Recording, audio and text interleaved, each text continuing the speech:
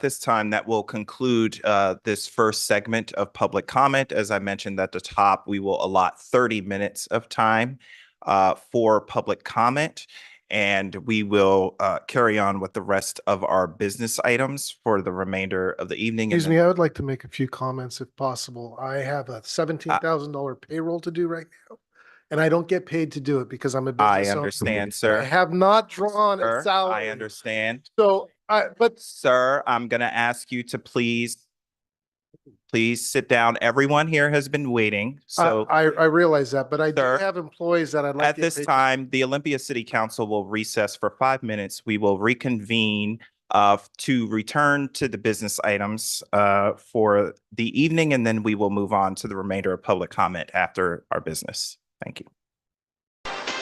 Relevant, important, convenient. This is ONN. For public comment, and we will do our best to get through as many members of the public as we can in that 30 minutes allotted. Unlike public hearings where there are 3 minutes, you have 2 minutes for your comments during a public comment segment. Again, we will allot 30 minutes of time and get through as many of you as possible. And we will then continue with the rest of our business for the evening. Once we conclude that business, we will return to public comment and go through the remaining folks who are on our list, whoever has not made it through the first 30 minutes. So with that, again, there is a clock to my right, your left, indicating 2 minutes of time for your comments. There is a box there on the podium with your green, yellow, and red lights indicating the green light indicating that your time has begun, the yellow light indicating that you have about 30 seconds remaining in your comments, and the red light indicating that your time has expired. If you do not finish your comments within the 2 minutes, feel free to email the rest of your comments to the council. And I'm going to ask that you please refrain from speaking of your support or opposition to a ballot measure, initiative, or a candidate, whether it be federal, state, or local, as you speak during your comments. So with that, I'm going to turn it over to the Mayor Pro Tem. Thank you, Mayor. Just like with our public hearings, we're going to prioritize the folks that showed up in person first. And so we have 1, 2, 3, 4, 5. We have 6 folks that are signed up for virtual public comment, and so virtual will be at the end, so possibly the end of our meeting tonight. So just a heads up for those that are waiting virtually. I also am going to mix up the order a little bit so we sort of hear from balanced perspectives. I know that public comment typically opens a half an hour before, and we had quite a few people here show up early, and so I'm just trying to make it a little bit more fair. But just like with before, I'll call a few names so that you can get ready to speak. And if we don't see someone approaching, we'll go ahead and just move on. All right, so we have Julie Hustoff, followed by Joel Herrick, followed by Charlotte Cranford.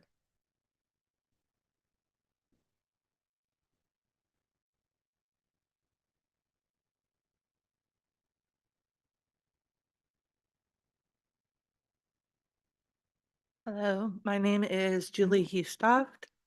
I am a longtime member of this community, and I'm speaking as what I know of as the Worker Bill of Rights. And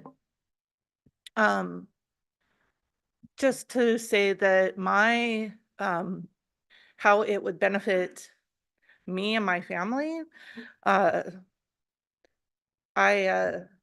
live in a house with my whole family. That is my brother, who's disabled, my mom, who is elderly and retired, my 2 adult sons, and my grandson half of the time. And we live this way because we can't afford to live separately, because the amount of money that we each individually have, we can't afford to be able to to live separately. The housing cost is way too high, bills are way too high. And having the Worker Bill of Rights would, at least in my case, would make it so that I can make a livable wage and get enough hours that I can actually afford to live by myself if I were able to. So I really do hope that you guys, when you guys decide to adopt or look at adopting the Worker Bill of Rights, I really hope that you approve it, because it would be very beneficial to a lot of people in the community. Thank you. Thank you. Next we have Joel Herrick, Charlotte Cranford, followed by Gina Richardson. Thanks, Joel.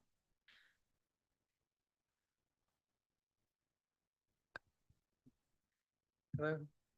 Good evening. My name is Charlotte Crawford, and I'm a meat cutter for Safeway. Thank you for letting me speak this evening in favor of the Workers' Bill of Rights. In other cities where similar legislation has been implemented, a phase-in period is included to allow small and independent businesses time to adjust to the increased minimum wage. This means that will be large corporations, such as the grocery and retail giants who have been raking in record profits in the last several years, who will initially be the ones putting more spending dollars into the pockets of local people who engage daily with the local economy, which directly benefits the small and independent businesses of the city. Many of my coworkers need to work multiple jobs to be able to afford rent, food, and medical bills. We're unable to tend to our parents, look after our children, or spend time with our loved ones because we clock out of work and open up the Instacart app to shop for others. Even with these sacrifices, we're often teetering on homelessness, one paycheck away from eviction. We deserve better. The Workers' Bill of Rights will help. Livable wages and hours are essential for essential workers. Thank you. Thank you. Gina Richardson, followed by Hunter Houston.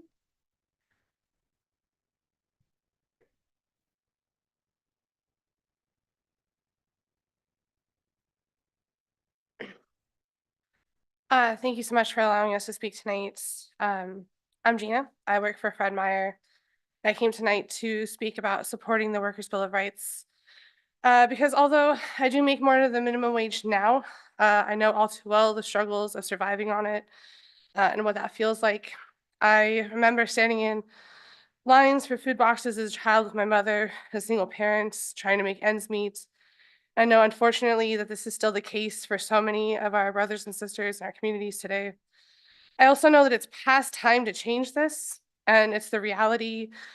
It's past time to change this reality for our community, and supporting the increase of things like minimum wage, livable wage, and other parts of the Workers' Bill of Rights would be an immense uplift for so many of us. Thank you.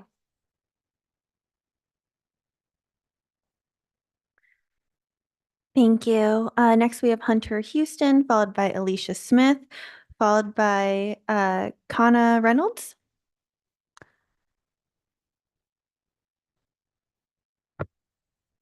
And if you're any of those people, you can go ahead and start approaching the stand. Oh, I see. That's begun. Go ahead, Alicia Smith. Hi, my name is Alicia and I work for Safeway and I support the work. Alicia, sorry. Doing great. We could just scoot over a little bit with the, okay, go ahead. Okay. I support the Workers' Bill of Rights, and the reason why I know a higher minimum wage will be good for small businesses is because I and many of the people I know adore small shops. I would love to go to do more shopping sprees where I can buy a more expensive coffee from a cute little cafe, buy some trinkets or cute clothes from the small shops, then go eat at a local mom and pop shop, rather than go to a mass-produced store that has these big bargains or whatever for cheap and then hit a fast food place for dinner, which is also difficult to afford now. But I can't do that because even though I work full time and make more than minimum wage, I live paycheck to paycheck. And as much as I would love to support small businesses right now, I can't even afford to fully shop at the very store I work at or live alone or go to doctor's appointments. So how can I support them if I can't support me? Thank you. Thank you, Alicia. Next we have Connor Reynolds, followed by Danielle Lott, followed by Alice Rosewater.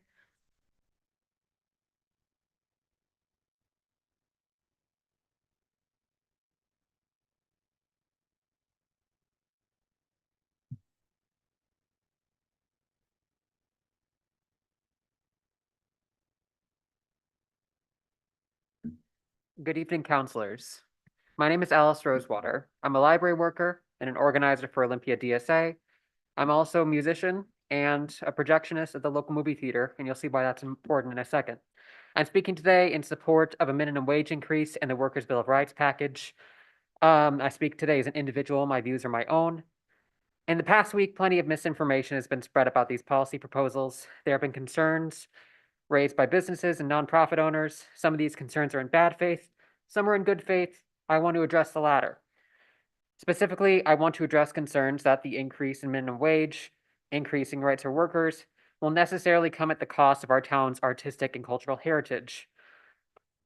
Beyond the fact that I believe this proposal would not cause a wave of small businesses to close, I believe that a worker bill of rights and a minimum wage increase could only enrich our town's cultural and artistic heritage. This is because culture is fundamentally a function of free time. Looking at the history not only of Olympia, but the world at large, the periods of time where we see the richest artistic and cultural output, where we see Renaissance, tend to be those times when working people are paid enough and have enough stability in their lives to have hobbies, to form bands, to create films, to dance, and to sing. Culture is not a building or a street, it's what people do in those places. It is a people freed, even if only temporarily, from the toil of daily subsistence. A minimum wage increase and the stability provided by regular scheduling will be a boon for Olympia's art scene. And I urge artists and workers alike, and plenty of us are both, and the City Council to support the Worker Bill of Rights. Thank you. Thank you. And did I see someone else start to approach? If you could just say your name for the record. Danielle Lott. Go ahead.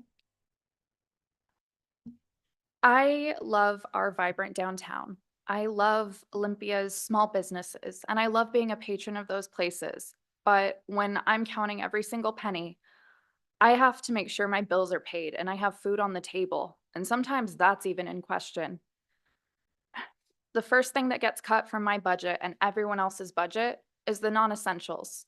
Shopping downtown, supporting small businesses, going to our favorite restaurants, and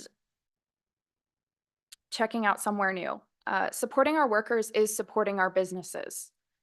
And a business that doesn't care about its workers doesn't care about its customers, because we are one and the same. We work hard for scraps every single day, and we're tired of accepting below the bare minimum to survive. We deserve to thrive. We deserve a future. And while the owning class panics about how they'll pay for their next boat or second house, every month that goes by without action from the City Council is another month of uncertainty for its workers, another month where we wonder if we're going to be able to pay our bills, if we're going to end up unhoused. So many of us don't know what we're doing with our futures, because how can you think about raising children when you have to have roommates, when you can't afford to buy a home, when you can't think about feeding another person? I support the Workers' Bill of Rights because I support our community and the people who live here, who make Olympia what it is, an amazing community. Thank you. Thank you. Please hold your applause. All right, so I think I might see Alice Rosewater. All right. That was Danielle Lott. We have Alice Rosewater, Jenny Ballantyne. Oh, excuse me. Thank you. All right. Okay.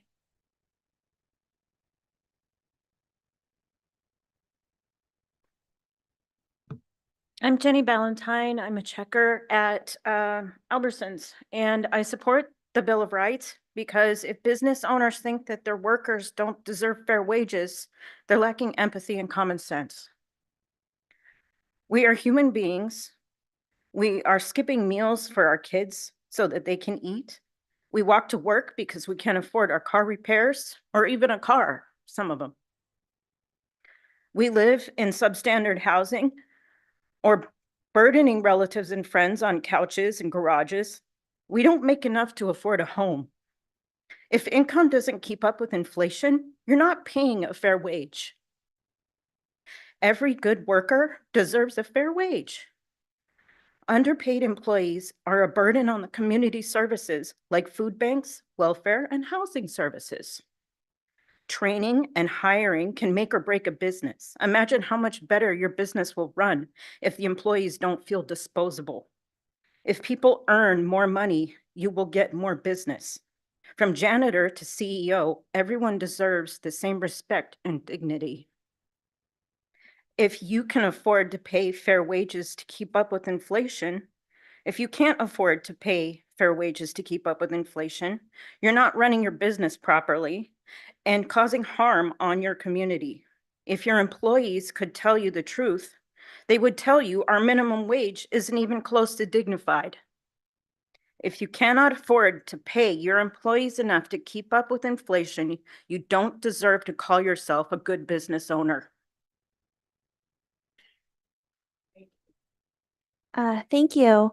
Next I'll call up Nicole Andres, followed by Patrick Mapp, followed by Andy Thielen.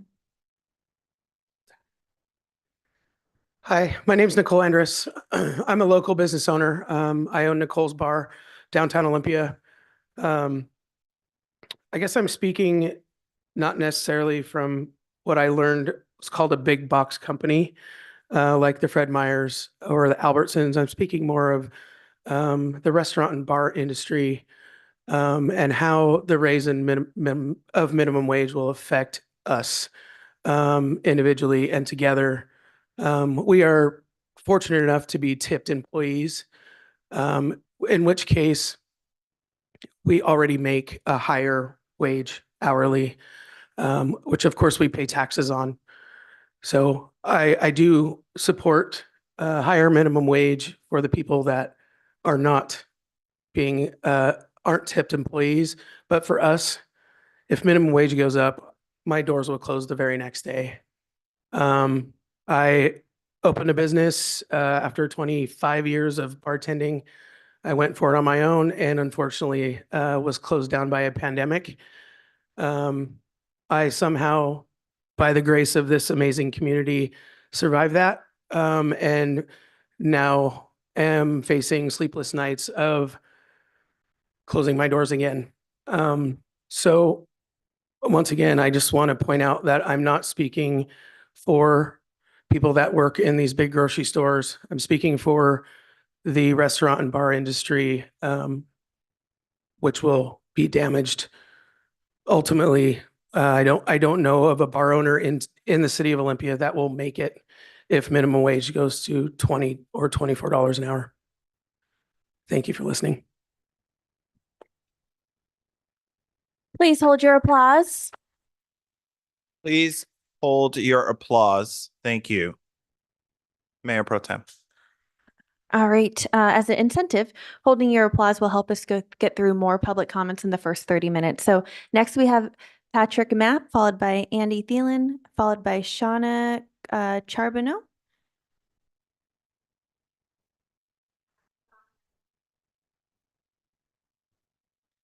Thank you. Hi, my name is Andy Thielen.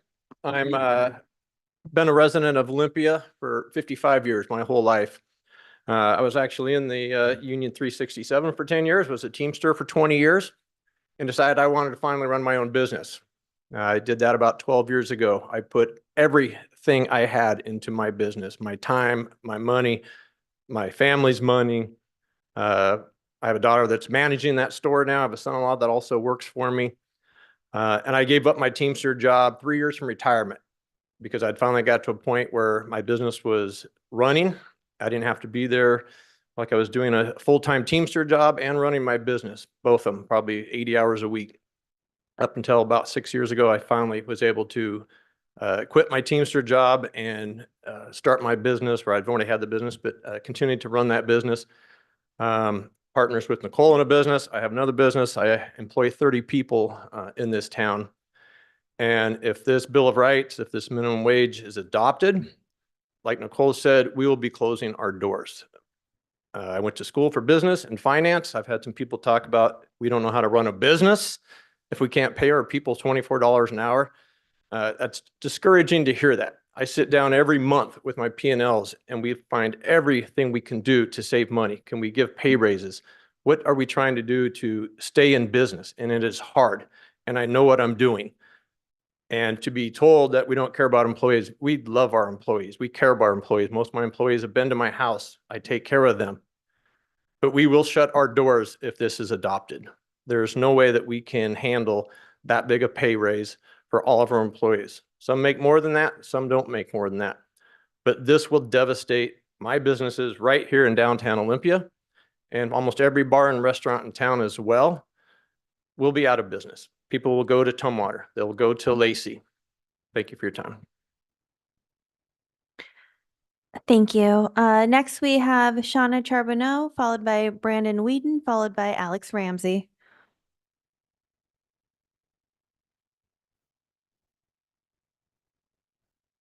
Hi, my name is Shauna Charbonneau. As a small business owner in Olympia, I'm worried about the effect this new minimum wage increase will have on my business, other businesses, and ultimately the city of Olympia in itself.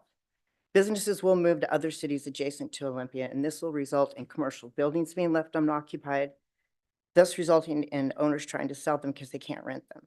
What does this mean to the city of Olympia's tax revenue? The 2025 budget is already millions of dollars in the deficit, not to mention the loss of revenue that assists our police force, maintenance, homeless assistance, and any city-ran programs. Also funding the contract with the jail, which is already an issue with this year's budget and an issue with public safety. Minimum wage jobs are meant to be entry-level jobs, not for a family to live on.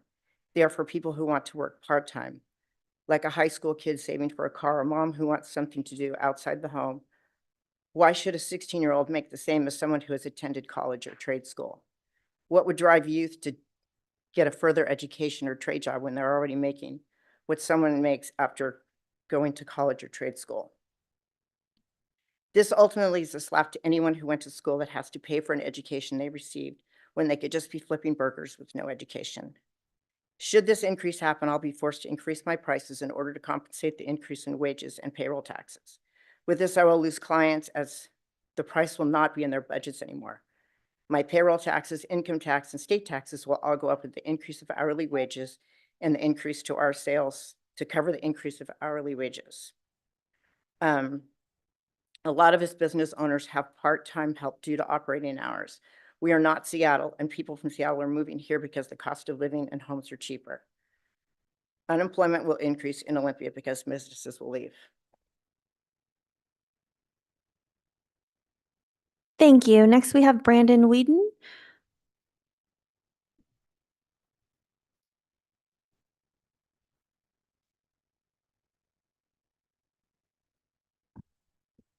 Hello, my name is Brandon Whedon. I'm the owner and operator of Fatso's Bar and Grill located here in Olympia. I am the third generation of my family to own and operate business inside the city. We have combined 50 plus years of owning restaurants here in Olympia. I'd like to take a quick moment to clarify the discussion the Finance Committee has had. At the September 16th meeting, the Finance Committee discussed a fast-track approach to raising the minimum wage for just the city of Olympia. During the meeting, it was stated that the members of the Finance Committee would like to have this implemented by January 1st, 2025. Also at this meeting was the conversation about the amount of the financial compensation the committee was targeting. It was arranged between $20.29 an hour and $24 an hour. Last night, the Financial Committee met again and stated they wanted to clarify that they had heard misinformation going around about their meeting. They all stated that the data was never discussed for implementing a minimum wage or a dollar amount. As elected officials of government, you should all know not only to strive for transparency, but it should be demanded by everyone. Washington State is already the second highest minimum wage state in the nation. Washington State also has the highest sales and excise tax in the nation. The national average has restaurants working with a margin of 4% nationally.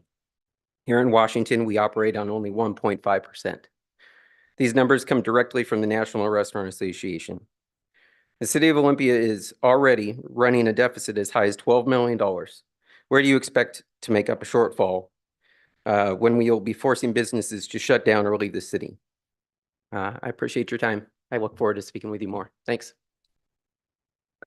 Thank you. Please hold your applause. Again, I'm going to ask you to please refrain from your applause. I'm just going to speak to you all. We're a family, right? And I need you to respect us as you would expect us to respect you. I have asked you at this point several times to please hold your applause so that we can continue to call your fellow community members forward. Please respect that. Thank you. Mayor Pro Tem. Thank you. Next, we have Alex Ramsey, followed by Mary Ellen McCain.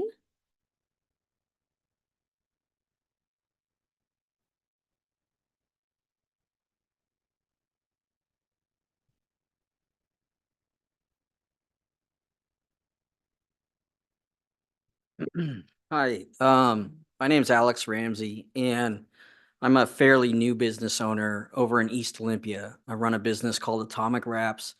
Been doing that for a couple years now, and payroll is one of my highest expenses. If this matter were adopted, it would heavily impact my ability to do business in Olympia.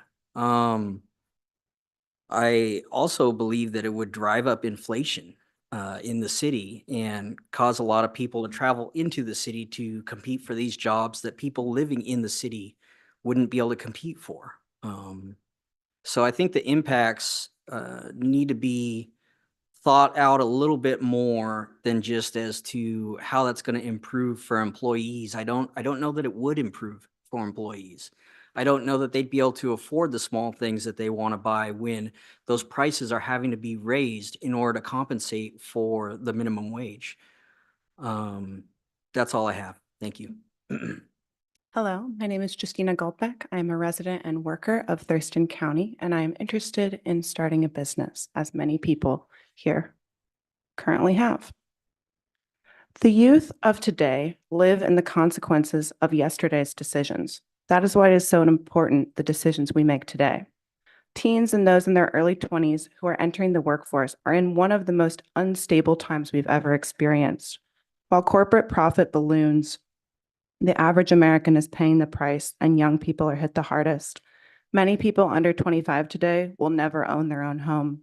We will work every day for the rest of our life without the guarantee of financial safety, working just as many hours as our parents did for a fraction of the payout. The cost of living continues to rise at a measurable rate, yet when we ask to be adjusted in return, there is an outcry. There is this myth that minimum wage jobs are a starting rate and that you're meant to move on from those roles in less than 3 years. Yet if you look at the jobs available in Thurston County, you'll find far more jobs paying at this starting rate than you'll find newbie employees.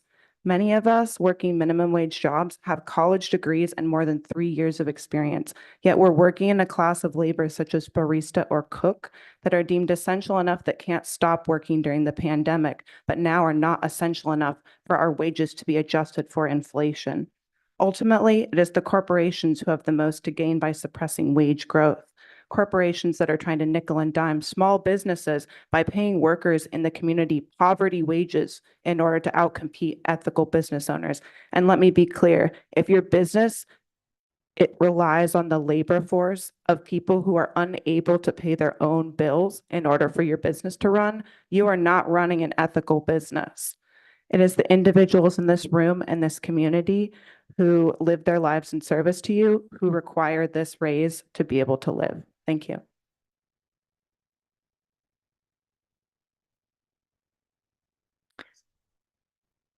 All right, so our final public comment for this round is going to be Erica Anderson.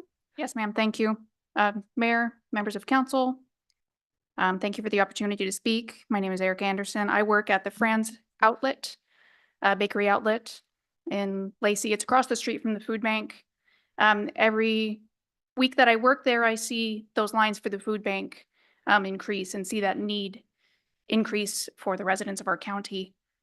Since the pandemic, the largest transfer of wealth from the poor to the rich in this nation's history, that need has only increased. And I believe that we must increase job security and hours for people who are already employed here, and we must increase wages to keep up with inflation. A full-time job should be enough to provide a dignified lifestyle. 40 hours of work should be enough to provide for yourself.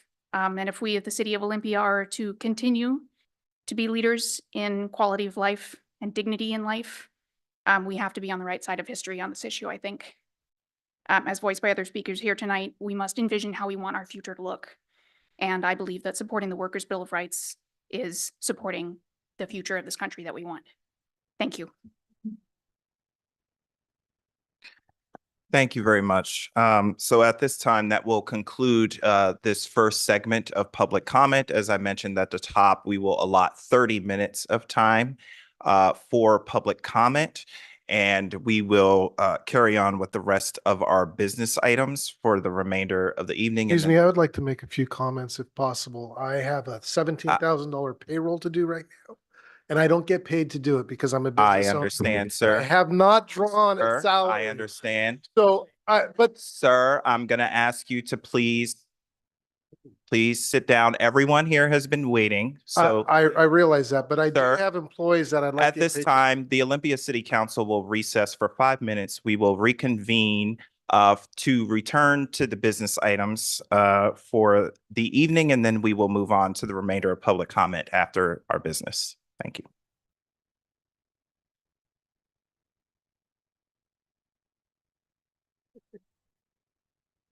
Hope you liked this video. Thanks for watching.